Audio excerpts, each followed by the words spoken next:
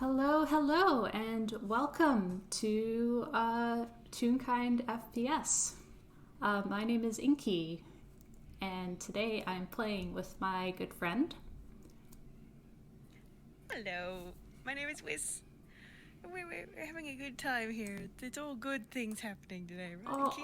All good things are happening. All wonderful things are happening, and with nothing stressful at all has gone down in the past while. Yeah.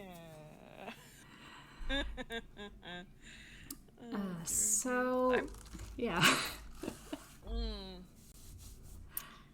Yeah. Should I set the scene for us? Where are we at? I'll do a quick refresher. What do you want me to do?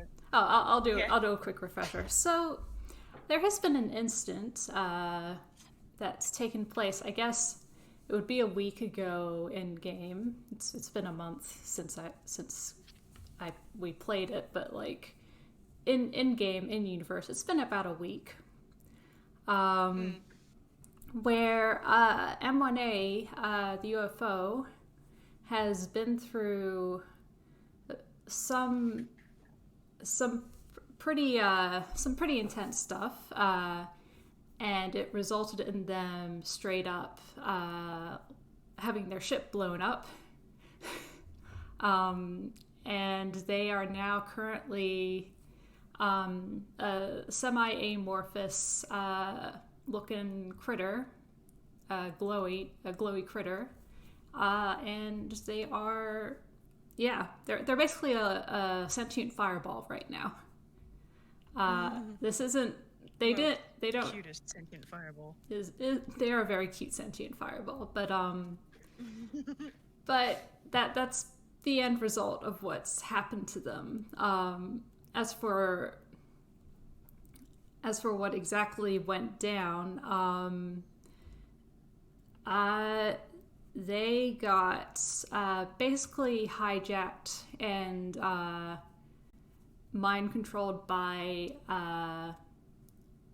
their home base, the Great Machine, and that has kind of soured the whole.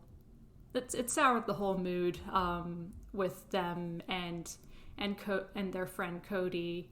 And so for this past week, it's been a little bit quiet. It's been a little bit not dreary, just kind of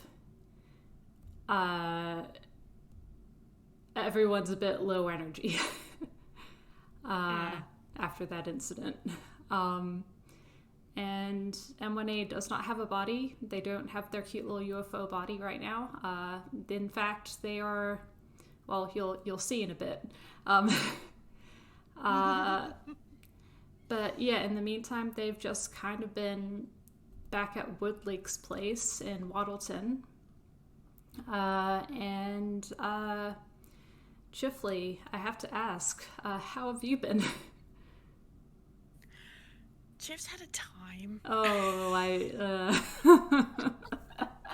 Not in the stuff keeps happening kind of way, because like it just generally does, but like between his redesign and then this all happened, and in the same day as all of this happened, when commencing transmission happened, his sister Missy, bless her, is called Missy for a reason and causes mischief wherever she goes. And directly after dealing with the whole hijacking giant robot, commencing transmission, spoilers, etc. Yep. He gets this phone call from the school telling him that Missy is being suspended because she blew a hole in a fence. Cool.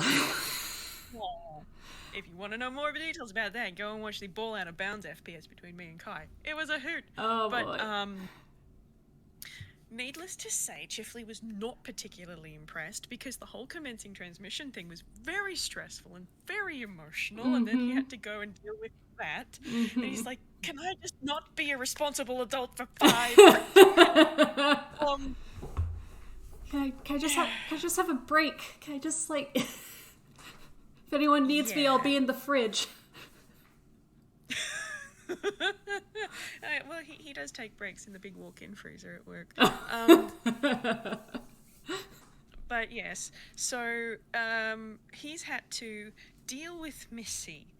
She's suspended and now grounded.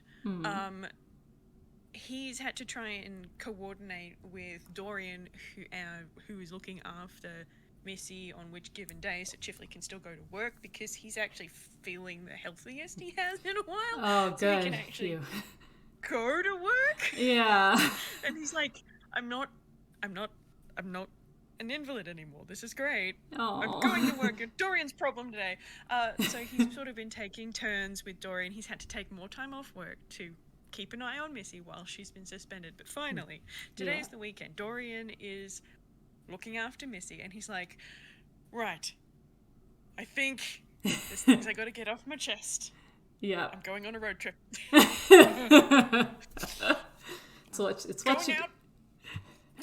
what you gotta do if everything's a bit too much. You go on a road trip.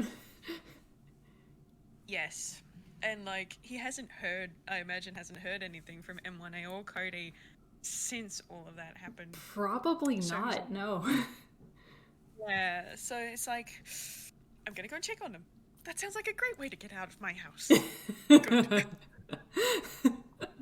that's not exactly his thought process, but generally that's the vibe. It's like, I'm gonna take a break and stop worrying. Now I'm going to check on the people I'm really worried about. Yeah, basically. Yeah. And thanks to the handy dandy teleportation circle network, it's not as like he has to walk or catch a train or anything. So getting to Waddleton and Wudlig's house is not that hard, and he knows where it is because he has their address. Yeah. They're pen pals. Yeah, they're pen pals now. Yeah. So I suppose he's just gonna. Because we don't have Mod with us, I'm going to assume that Wudlig is not home. Wudlig is not home. Yeah. Assume Woodlig's either not home or fast asleep, like upstairs after like an all-nighter. Yeah, something like that. But he's just going to walk up to the door and either knock or ring the doorbell as appropriate. Well, actually, before you do that, you're actually on approach. You do see something outside of the house. Okay. You see this like hanging out in the front yard, above like I guess little plastic setup picnic table. You see a little floating fireball. That's just kind of floating in midair, and within both of their kind of like weirdly shaped arms, like of energy, they're holding the handle of it's a lantern. They're holding a lantern. There's nothing inside the lantern right now. They're just kind of. This fireball is just kind of staring into in the middle distance, up into the sky, holding the lantern on both hands. And upon your approach, like I'm not gonna pretend that they don't see you and you don't see them, because you're both pretty. You both stand out. It's pretty easy to see each other. The moment your eyes meet. This fireball drops the lantern onto the table with wide eyes, and then you hear a small swoop, and the little fireball is now inside the lantern and gazing out of it. Aww. What a baby. Oh gosh, I think Chifley's just got to sort of pause a little bit seeing that before closing the distance between them, and he's just going to sort of sit down at this little picnic table and lean in a little. M1A. Please maintain a safe distance. Also, hello.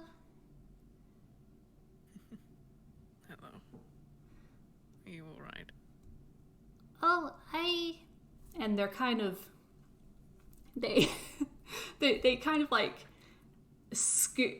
you can see that they're kind of like actively shaking the lantern so the glassy side scoots to face you directly, and and they look up at you and they say, I am, well, I am not functional, but I am okay, I think.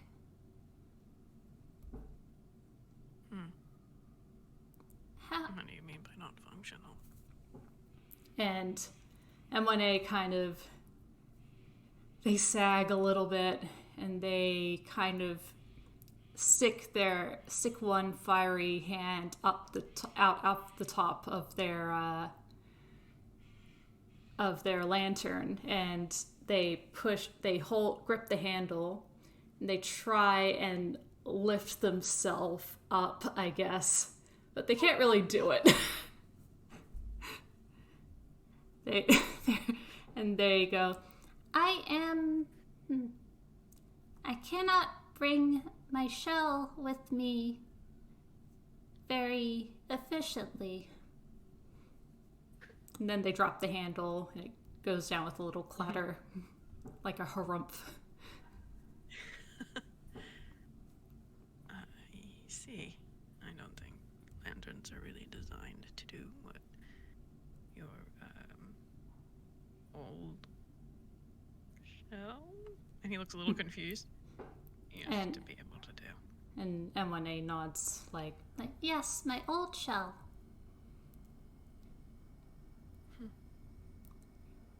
and I had no idea that it wasn't part of you. and M1A kind of thinks a moment and says, I had no idea either. they're gonna do a quick read on you, Chifley, actually. Mm-hmm. Let me see, where did it go? What's your insight? It's not very good. 9. That's a 9 on their part. They're trying to read you a bit, Chifley, because Yeah, I mean, like, a 9 isn't awful. Yeah. Like, he seems a bit curious, and he doesn't seem to be in any obvious emotional, physical distress. yeah, they kind of nod that they're satisfied with that, and they just kind of, but they decide to ask anyway. Chifley friend, are you all right? Well, I've had a very interesting week, but no, I'm well. Better than I've been in a while, actually. Oh, M1A nods at that and says, oh, well, that is good. and they're kind of fiddling with their flame arms a little, their flame fingers a little bit.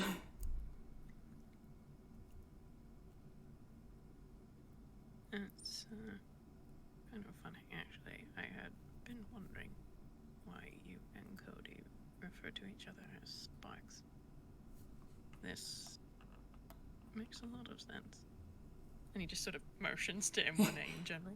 And M1A kind of goes, like, they think a little bit and they go, I suppose it does. and they look at themselves again and they go,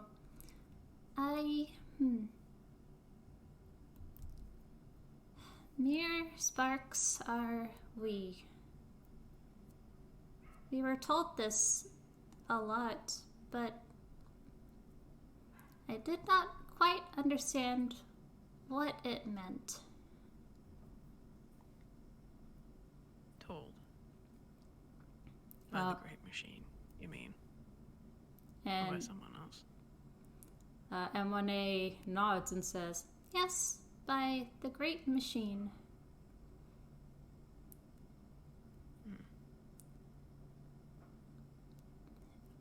Can't say that they made a particularly good first impression.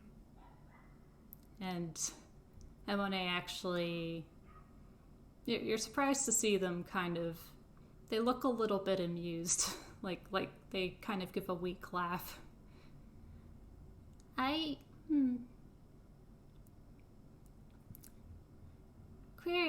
Query.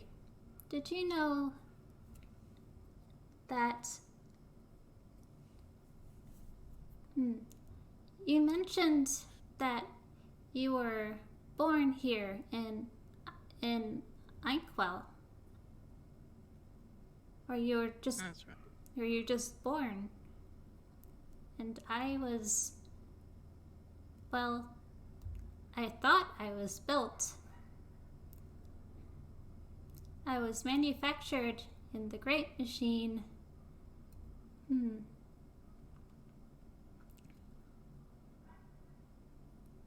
Maybe 2.2 years ago. There's just this sort of blink. He has just realized that you are a baby.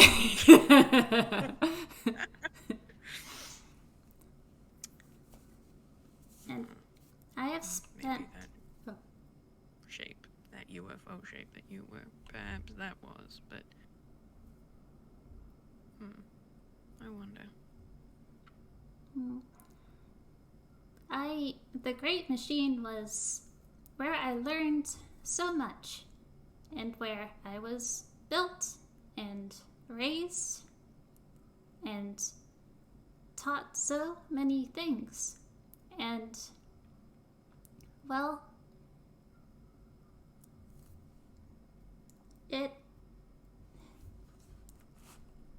a lot of things have changed.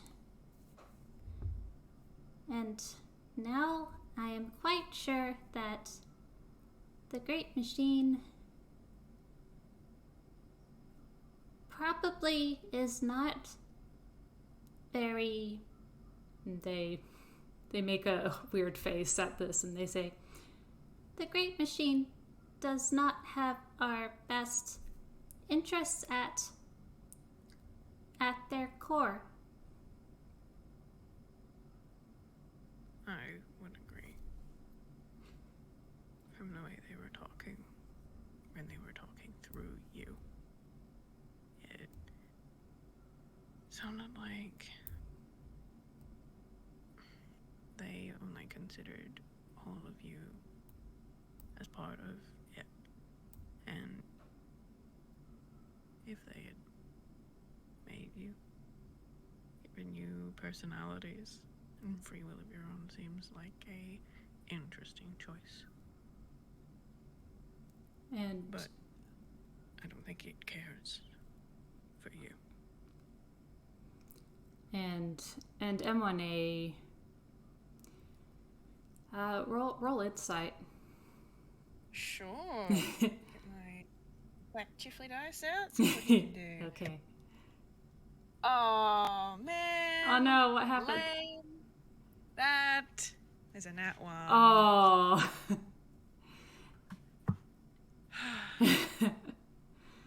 Well, you don't. First roll of the game, and my dice are letting me down. Oh, I'm so sorry. Yeah, F in chat. F in chat. Well, you don't. You absolutely do not see the very kind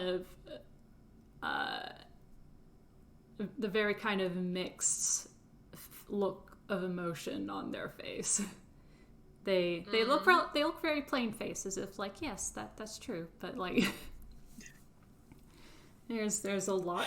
He's finding it a little awkward talking to him when I inside this lantern. Yeah, some visibility might be gone. Yeah. And M1A And Monet kind of goes,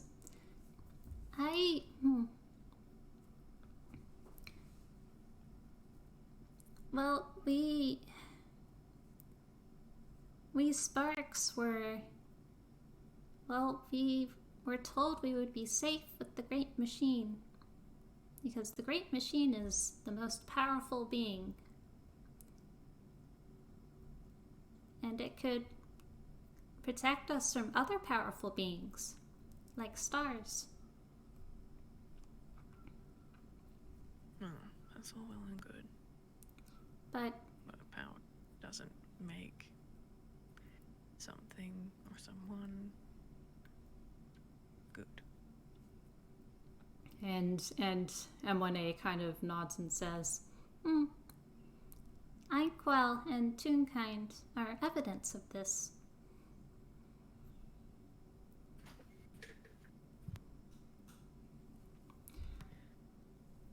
There are all kinds here in Angwell, that's true. Good people, bad people, saints and monsters, all. And sounds like out there is no different. And he just sort of looks up at the sky a little. M1A actually, they look up and they pop their head out of the lantern and they kind of like, you know how if you're like short enough to lean on a counter, you fold your arms and then you rest your head on top of that. Oh yeah, yep. M1A's doing that at the top of the lantern right now. Aww. Chip's gonna take a contemplative moment to look at the sky and then look back down at M1A. M1A is also looking up at the sky.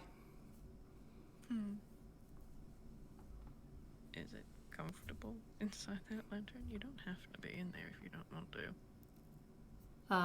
M1A kind of, they don't move from the lantern. They look down at it and they go, It is convenient.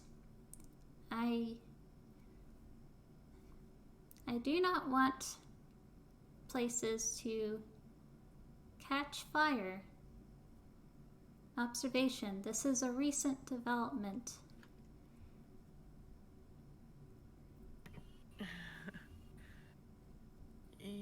Well, yes. I suppose it would be. You didn't set anything on fire before. M1A then, they kind of withdraw their arms back into the lantern and they are looking at you. Notably, they are looking at your hand. I'm gonna roll Chifley another insight. Come on, dice. If you betray me again, I'm back the dice part, so don't make me do that. Are you? Oh, are you serious? Kidding me? Is it another nat 1? I can't even make this shit up. Okay, fine. I was gonna be, nice and use my actual Chifley dice. Banished. All of you. Oh, God. I'm going to keep that one because I rolled it, but nope, we're back in dice parser territory. Yeah. Oh, that's a shame. Fine. Okay. So Jeff doesn't really connect the dots. No. But M1A can definitely see that Chifley is... he was wearing gloves before. The last time that M1A saw him before he had his redesign. He was wearing gloves much the same length, but these ones, instead of brown, they're blue. And there doesn't seem to be any singeing or anything like that M1A can see. Okay.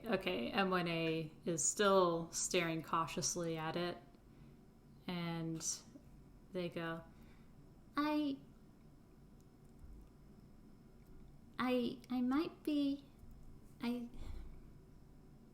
I do not know much about what I am. I do not know what a spark is. I do not know what a star is, or what kind of star I am. And they shroomp all the way back down into the lantern. I do not know how scary or hazardous I am. Well, you're definitely not scary, M1A. And M1A kind of... M1A kind of... You can't really... I'm going to give it to you, but... I'm going to give this to you, but, like, you can't quite tell if they're, like, relieved or a little bit put out by that. Bless. I love them so much. Chifley's he's just sort of sitting there at this picnic table, and he'll sort of clasp his hands in front of him a little bit, and they're not super close to the lantern, but like he's not deliberately keeping himself away from it. Yeah. And he's just smiling encouragingly at M1A. You're not scary. I've seen far scarier. And M1... Not everyone is,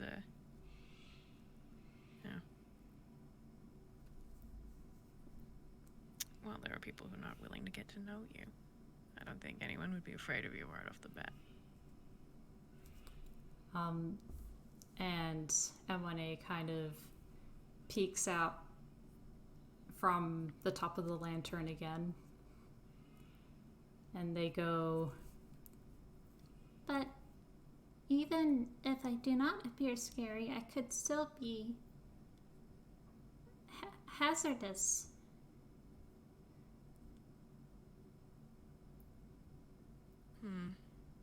Well, I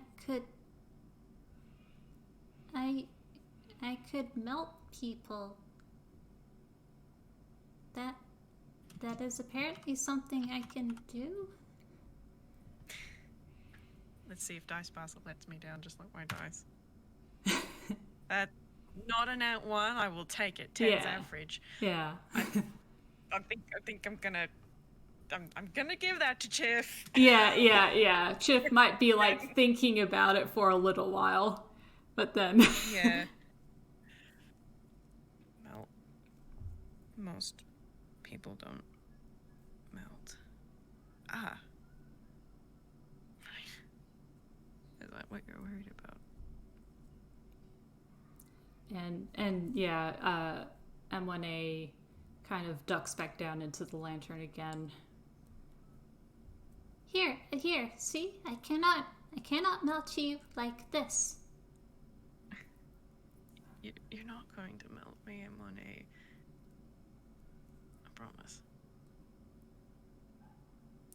And M1A says, How are you sure?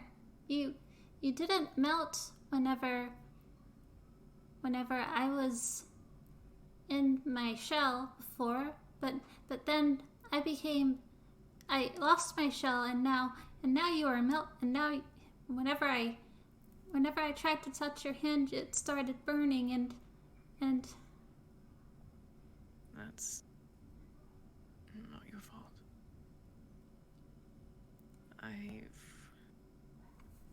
My body has changed, just like yours has.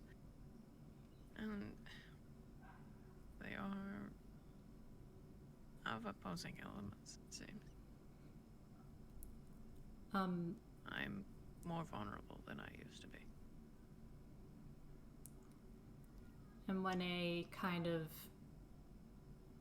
They poke their head back out of the lantern. Query, are you ill, or did you just lose your shell? No, I don't think I lost anything. I mean, I felt more sick before this happened.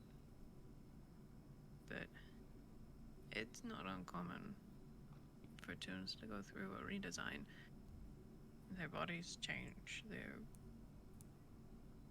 it could be minor. In my case, it was a little more major. I freeze things. I make the air cold. My hair changes white.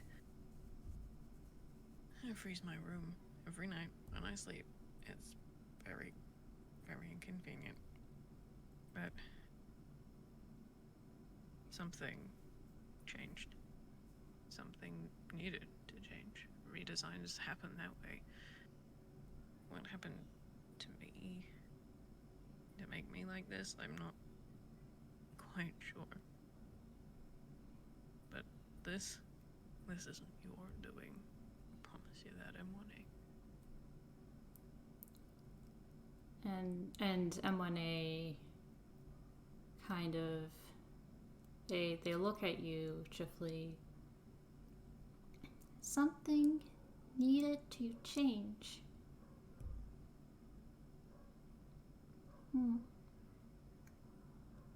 I think you were fine before, but if you needed to change.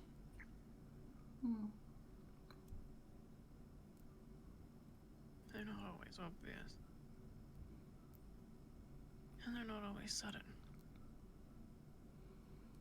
Mine was. But some tunes, if they go through a redesign, it's gradual. Tons of tiny little changes that no one notices. And when this happened overnight. M1A looks up at the sky again and says, Observation. I do not think I like sudden changes. They can be really disorientating.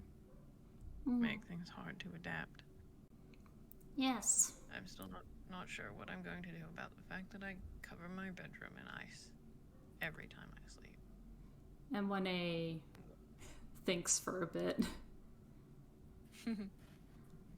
Well, then I have a suggestion. Maybe I can melt the ice after you are done sleeping. Then the room will be wet. Oh. Melted ice is water. And M1A kind of sags like, oh. Like, they thought they had something going there. Thank you for the offer, though, M1A. It's not your problem to solve, though. It's something I'll have to figure out how to make my life work. And I don't want to burden you or anyone else with that. M1A gives you a funny look. And they go, I say the same thing. I said the same thing to many people. Chifley, friend, do you also think that you cannot request assistance? There is a pause and another blink, blink. He sort of breathes in a deep breath and then kind of sighs a bit.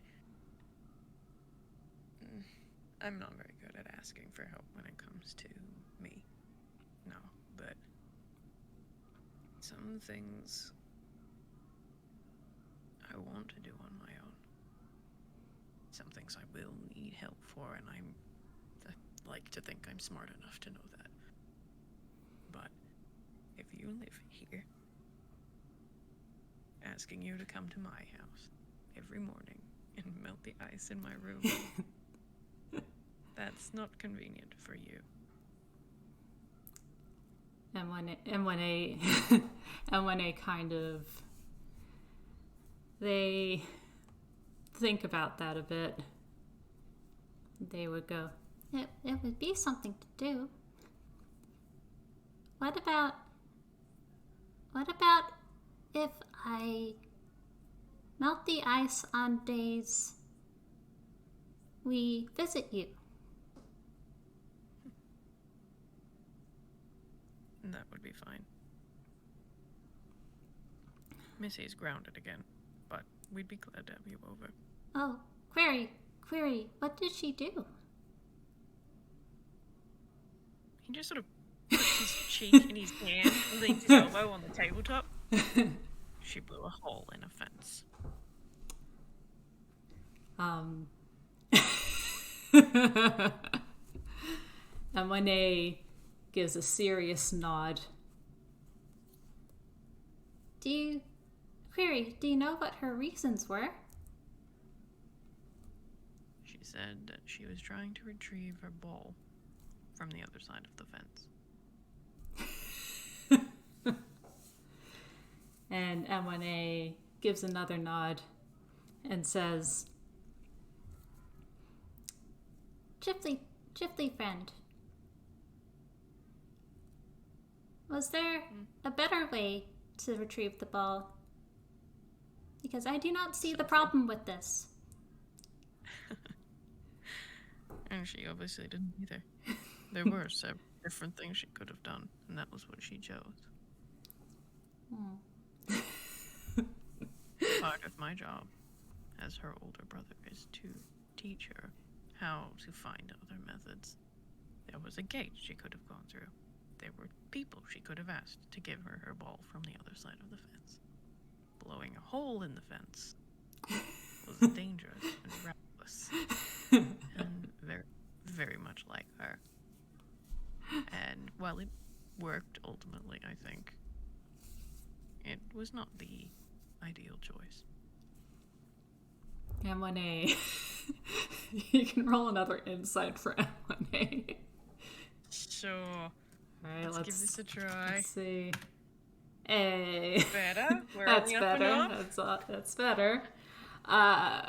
You see, like, an air of sheepishness, like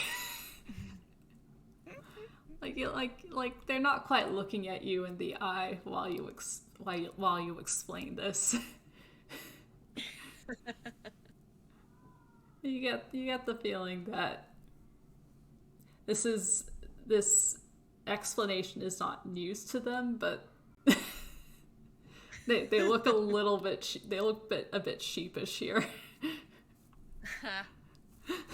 Chifley's just gonna smile once he's twigged that. He's just smiling at Monet. I'm not mad at her anymore. I was at the time, but she'll learn. And next time she'll make better choices. That's all any of us can do, really. And M1A gives a nod. And they kind of look down and they say, you know, I hoped that the Great Machine would start making better choices.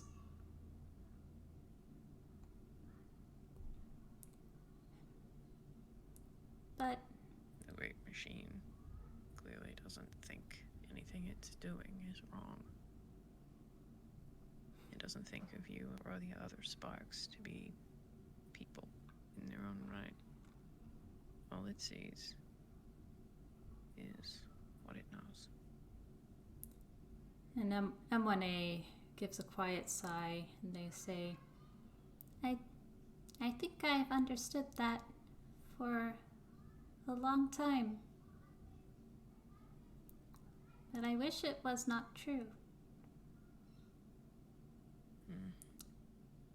Some people can't be changed. Some people's outlook, attitude, and motivations cannot be swayed. And best as we try, if someone is unwilling to change, we cannot force them. I did not realize how literal you were being when you said to me that you were the eye of the great machine. And when A nods, they say, Well, I did not realize how literal the great machine was being when it referred to us as sparks. Did you know that it could do that to you? Yes. Since I was built. But Chifley just sort of sits up kind of abrupt, like not all the way up, but he just sort of straightens a little bit, like, oh, that just made him super uncomfortable. yeah. but only I was looked through once before. I was on duty, on my roll. The great machine saw a disturbance to the southeast quarter, and so they looked through me.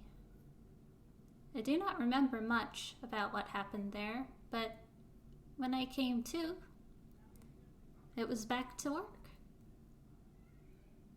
But then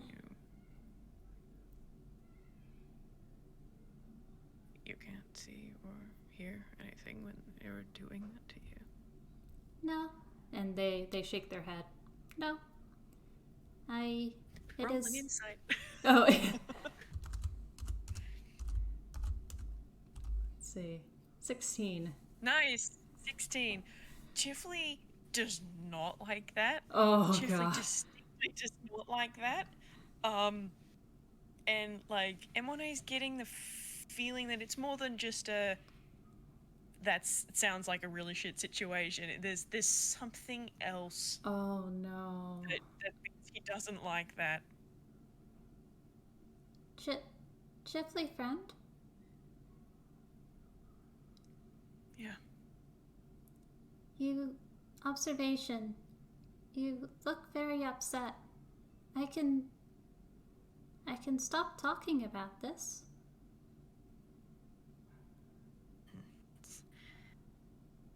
It's just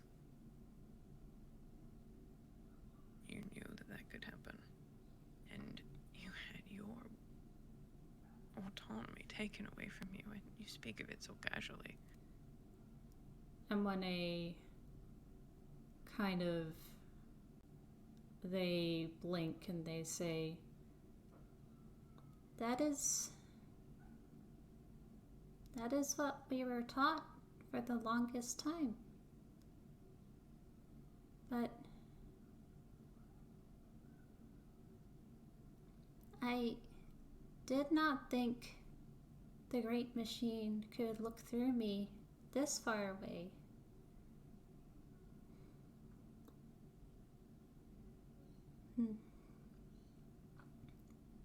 They obviously don't talk about themselves very much. No. They I'm sorry, do not. I didn't mean to get so upset. M1A, they push themselves out of the lantern, so that they're floating face to face with you.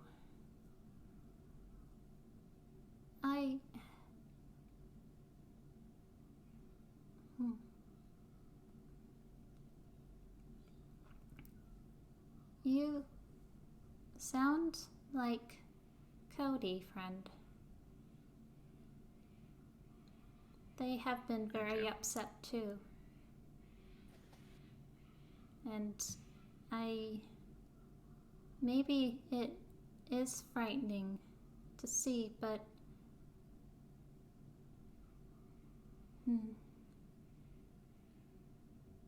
It was frightening to see. It was frightening to think that the great machine had taken someone dear to us. And that we weren't going to get you back. M1A. Oh. Thought we'd lost you. M1A. This, oh boy.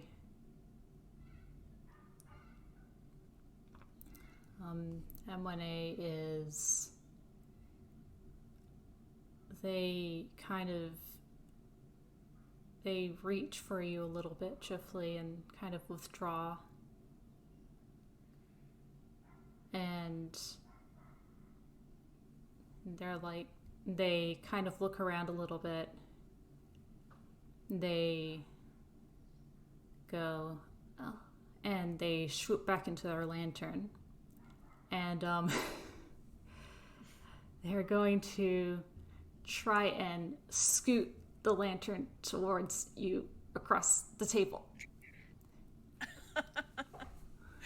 I'm not going to make Tiff roll for that. That's too obvious. He's just going to sort of reach his hands out and slide the lantern a little closer.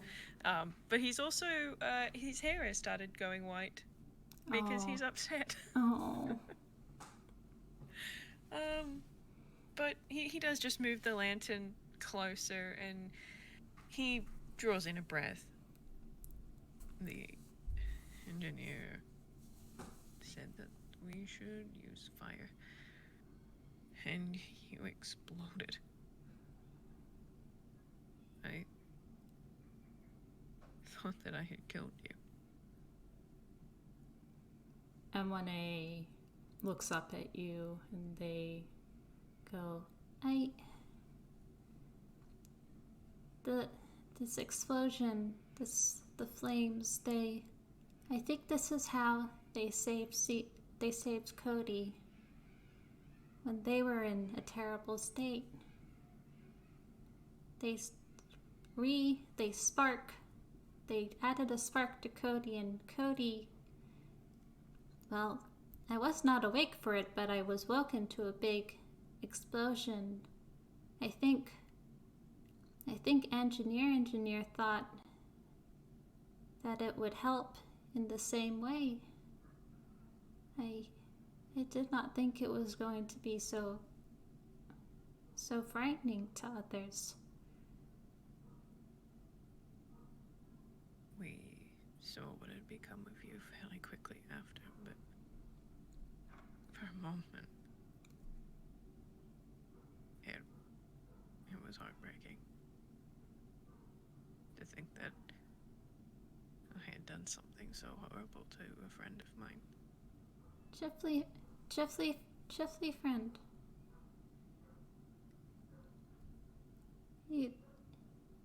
Chifley friend, you saved me. He does smile at that.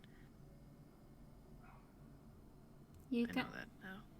You got rid of my shell. And my shell was, well, it was not being good to me at that point. I think. But I do not want you to think that you did a bad thing, even briefly. I do not want you to be scared by that. I would rather you would be scared of me as a star than scared of me not being here anymore.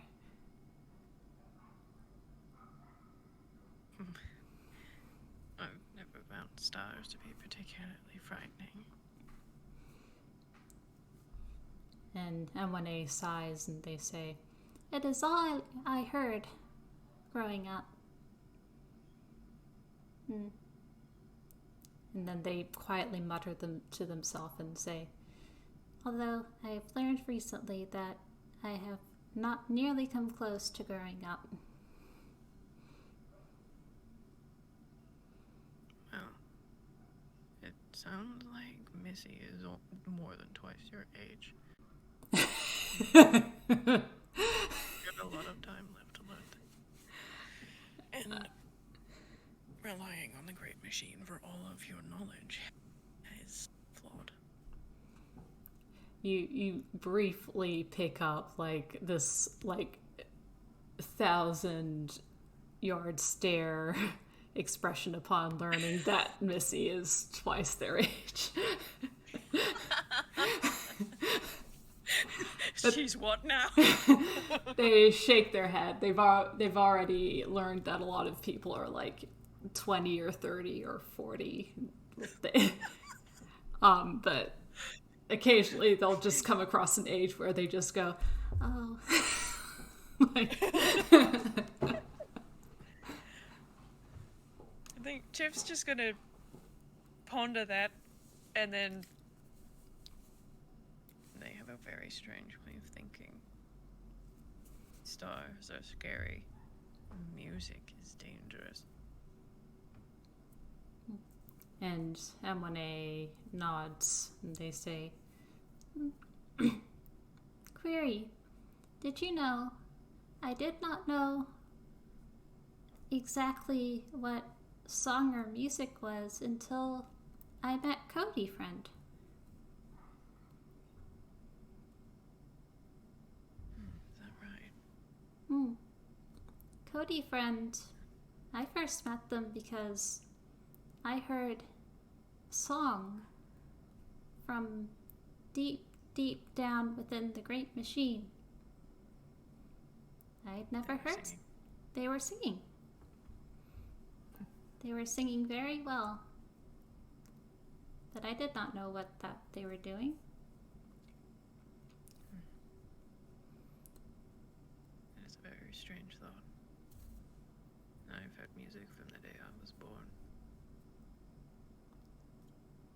and M1A... I do wonder whether the music that Cody heard and the music I hear, if they have the same source, M1A... or if it's just a saying. I've meant to ask. M1A tilts their head a little bit. They say, I am not sure. Cody Friend says that they heard the music as they were being built, but that when they emerged to work, it was not there. I never knew what they meant by that.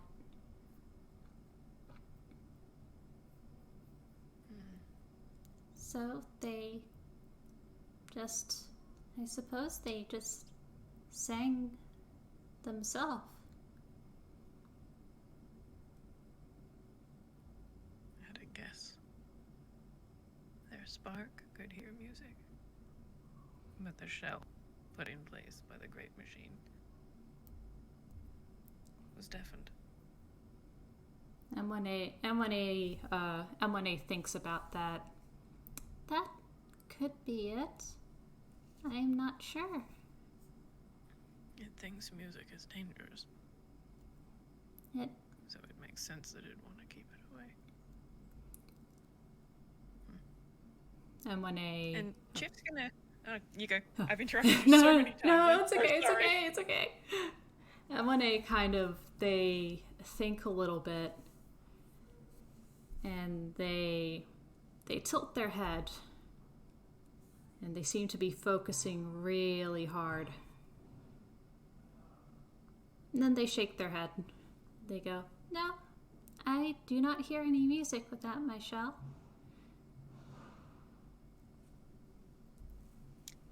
Do you want to roll an insight on Chifley real quick? Let's see. Oh, that wasn't very good. That's an 8. Nope. Chifley looks thoughtful. You can definitely get that he looks thoughtful. And he's sort of giving M1A this... It's a... not quite a 1,000-yard stare kind of expression, but it's like... maybe, 500 yards? Kind of in that and I'm gonna roll his hammer space real quick. That's It's an 8. Cool, that's not a 1. So he's gonna reach into the... He's got like pant pockets, so he's just gonna reach into that, and he's gonna just pull out something, which is about the length of a pencil, and it's blue. And he holds this in one hand, and he just sort of looks at it, and then looks at M1A. Would you like to? And M1A, they look at this blue thing, and they seem to gesture a little to Chifley to let go of the lantern if he's still holding on. Yep. And they swoop out of the lantern. And they are still keeping their distance a bit, but they are hovering a lot more closely than they did before. Okay. Because this is a soft FPS, I'm not going to make him roll for proximity, so Yeah. we're just going to ignore that. He's going to be fine. He just gets an automatic nat 20. He's fine. Yeah. He gives M1A a little bit of a smile, and then he gives this thing that he pulled out of his hammer space a bit of a spin, and it's actually like a felt tip marker.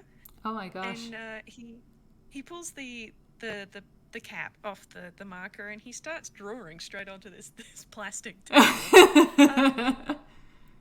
He's like, whatever, it's an outdoor table. Yeah. And he's just drawing on this table, and he draws the entire width of it, a magic circle. Oh. And one day I will draw this magic circle, but I have not done it yet. But it's got music notes and treble clefs and things all throughout it, with a big vacant space in the middle. And he leaves about an inch deliberate gap to one side. And then he looks up at M1A and says, I'm going to need to draw on you. This may be weird, though. We'll find out if you set my pen on fire. And M1A is immediately like, Draw on me. They look a little bit like uncertain about this, but let's see. Is there something I should roll for this?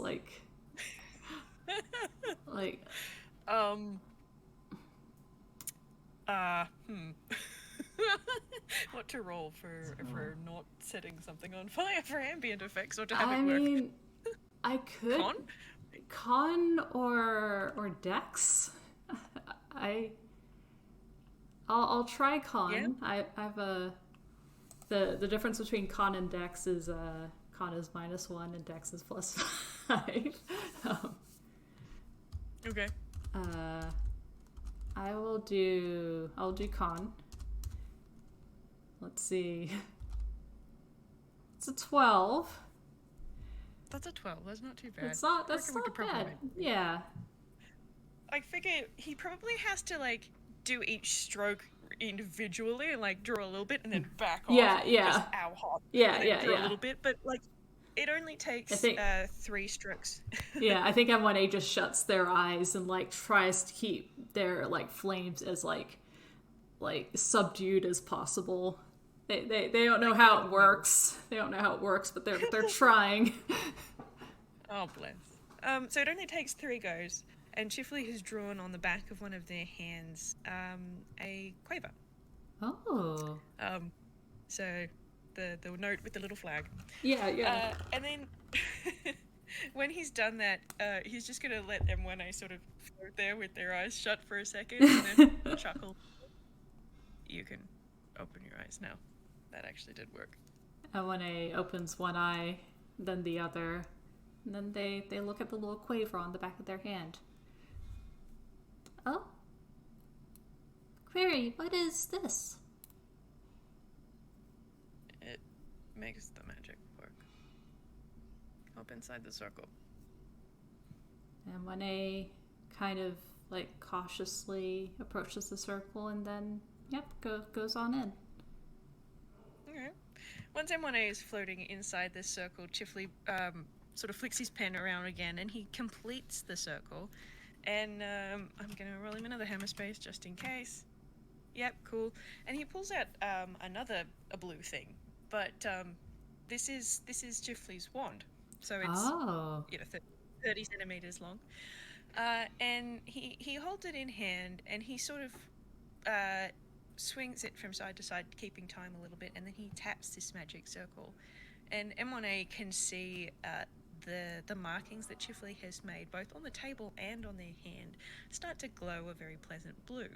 Ooh. And M1A is welcome to roll an Arcana at the moment. Let's see. Let's see. They've been studying thanks to Wudlig, but they might still be a little off on. That's a nat 20. Nice. Maybe they've really been hitting the books after this recent thing happened. Like what? Yeah. What the heck? Boy. What am I? What? Yeah. So M1A can see this glow and then feel this rush of magic sort of spread from the edges of that circle inwards and then go up. So there's like this column of magic that they can sort of feel buffeting their body, and the mark on their hand, it sort of feels warm, which is an odd thing to say to a creature made of fire, but like Yeah. magic warm. Yeah. And it's partially feels like being observed, but not with eyes, like someone who's like being listened to more than being observed. Like if you were talking and you knew that your audience could hear you and was taking in everything. Kind of that kind of feeling. Yeah. And also this gentle buffeting of this magic.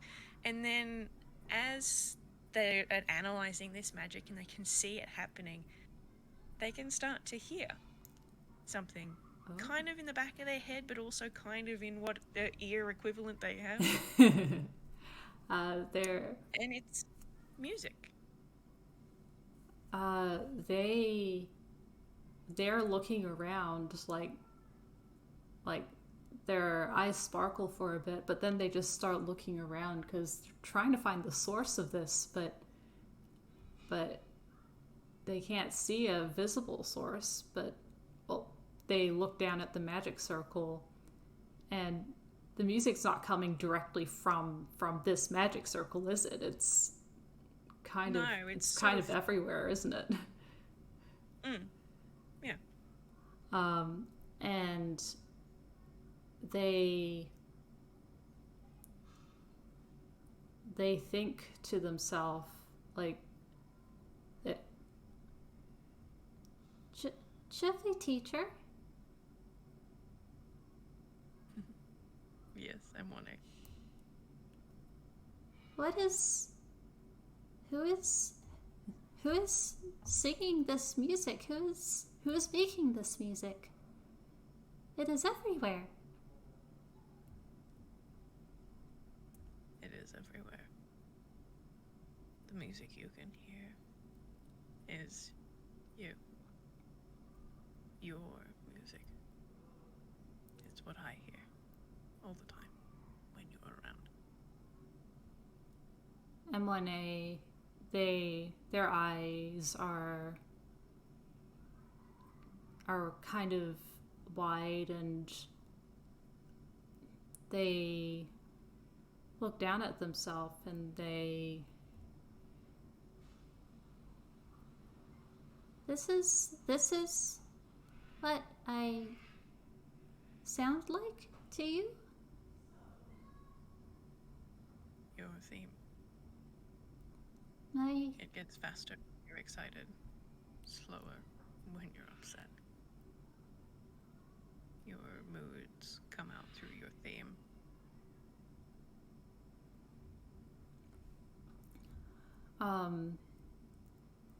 M1A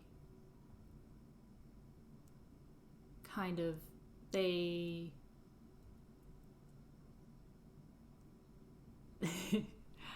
might actually do a little spin. like not really a dance, but just kind of they're feeling it a bit. They're feeling it out.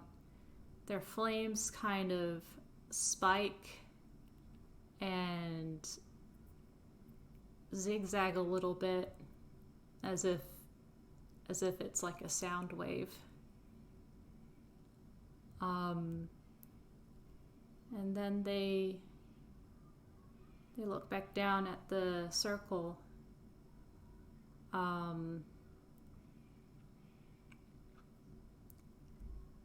And there is suddenly a little voice.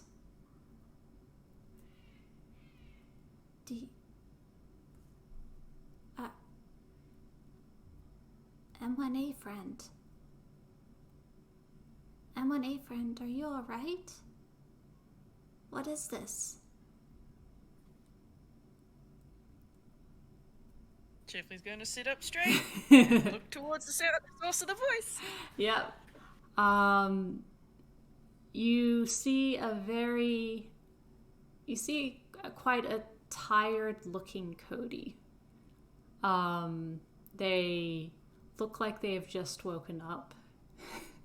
Aww. They look a bit groggy. And M1A, has perked up a little bit, and they zoom on over to Cody, and they're like, Cody friend, look! Oh, am I loud? I am sorry if I am loud, but I think you need to see this. I think you need to listen to this. And Cody is kind of like, hello, Chifley friend. I'm sorry. And Chifley, if the dice do not betray you this time, you can do an insight. Let's see what happens. Okay. That's a nat 1. Holy cow. That's 3. That's 3 nat 1s. Nat 1s. Okay. You know, at least I'm rolling that one again because fuck that. Yeah. Oh, that's a 22. That's okay. I'm gonna say, this FPS is at least letting Chifley get all the nat 1s out, so, when it really matters, all the... God. Draw the line at 3. That's it. Yeah. Chifley, you can see Cody here doesn't look like they've been sleeping well at all lately. Oh, baby. They look very tired, and they look like they've been a bit shaken up, and it doesn't really take you that long to piece together that they've probably taken the whole incident of commencing transmission a lot harder than M1A did. Yeah, well, M1A spent most of it unconscious. Yeah, M1A spent most of it unconscious, and yeah. And Cody's kind of dealing, but yeah, you suspect they haven't been dealing very well, and you notice that M1A has gone a little bit quieter, and even though they're speaking quite loud and excitedly, they're kind of gently taking Cody by the hand, they're very gently guiding Cody over. Chifley's just gonna offer a small wave, but not say anything. Cody perks up at the side of you, Chifley, and they give a sleepy wave back. And M1A halts at the magic circle, and they say, Cody friend,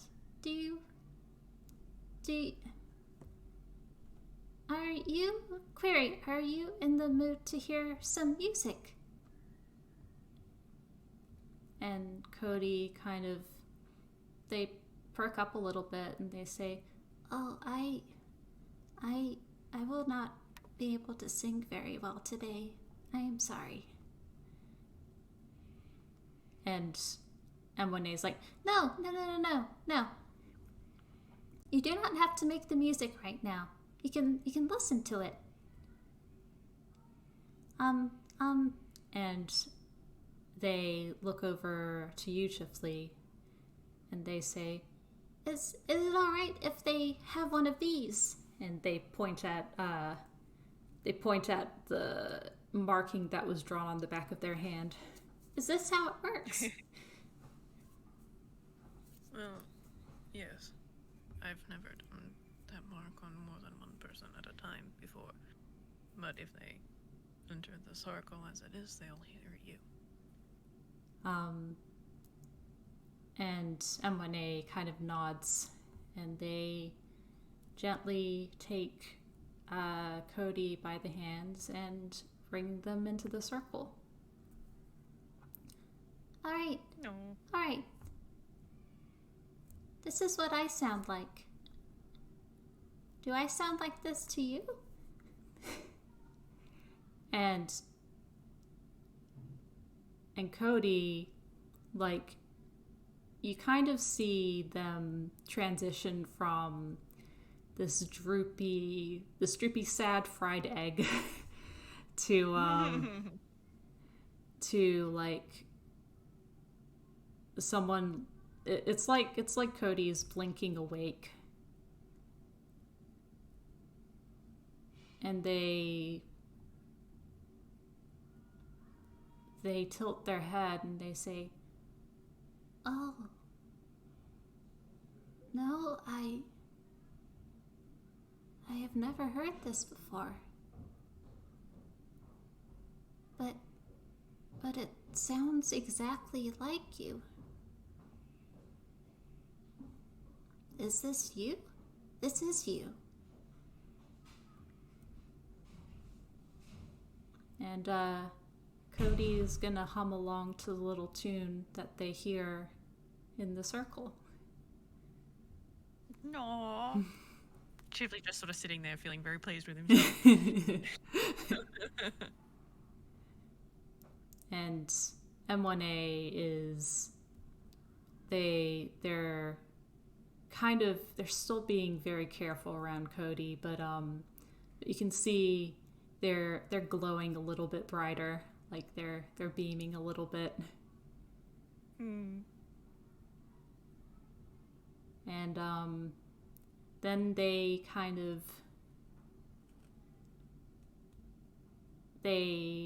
go swoop back into their lantern, and they kind of shuffle themselves back towards you.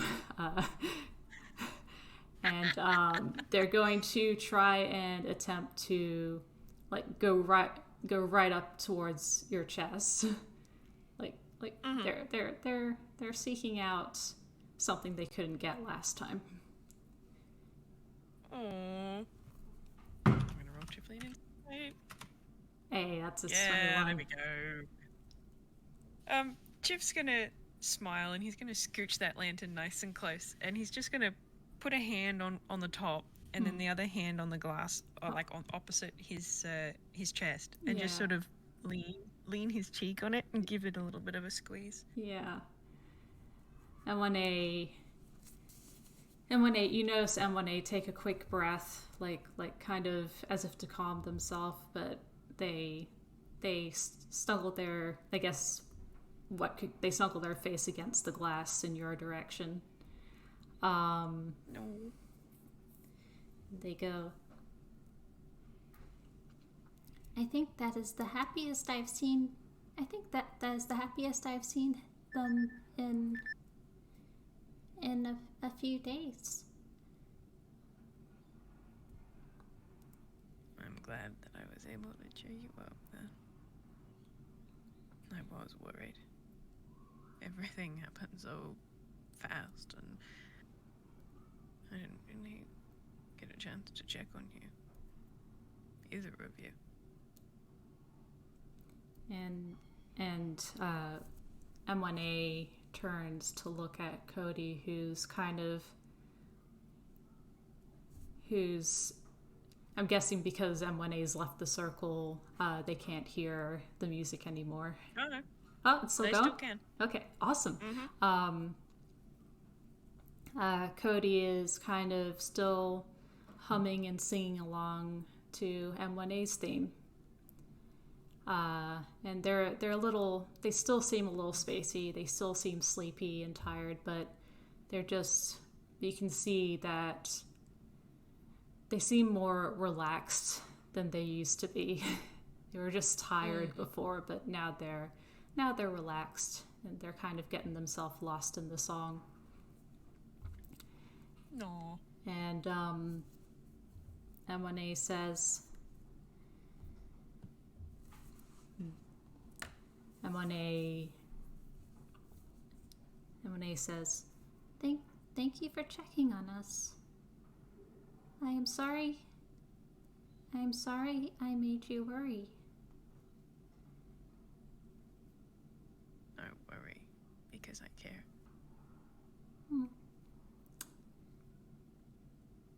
And M1A kind of nods at Cody and then looks up at you and says, People care very much here.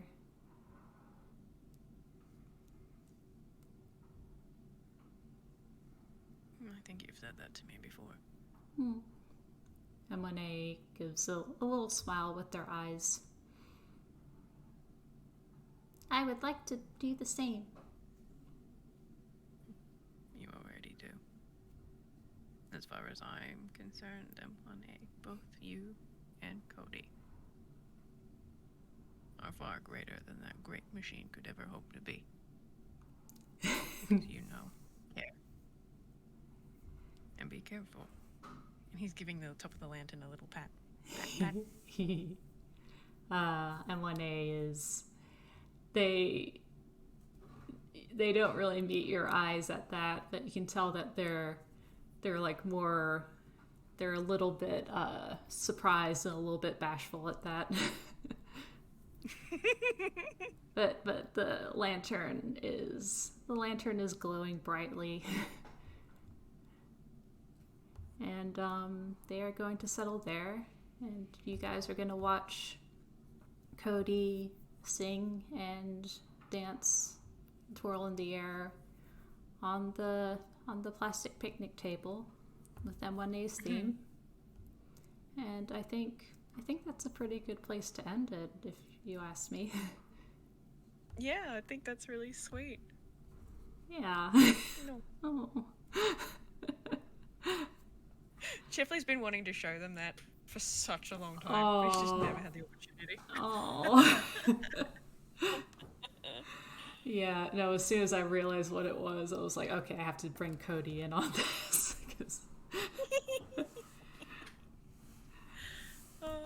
Cody's going to have so many questions. M1A got their Chifley hug. Yeah, M1A got their Chifley hug. Yeah, it counts. I think M1A, once they get a shell that isn't gonna turn against them, they're definitely putting it to use.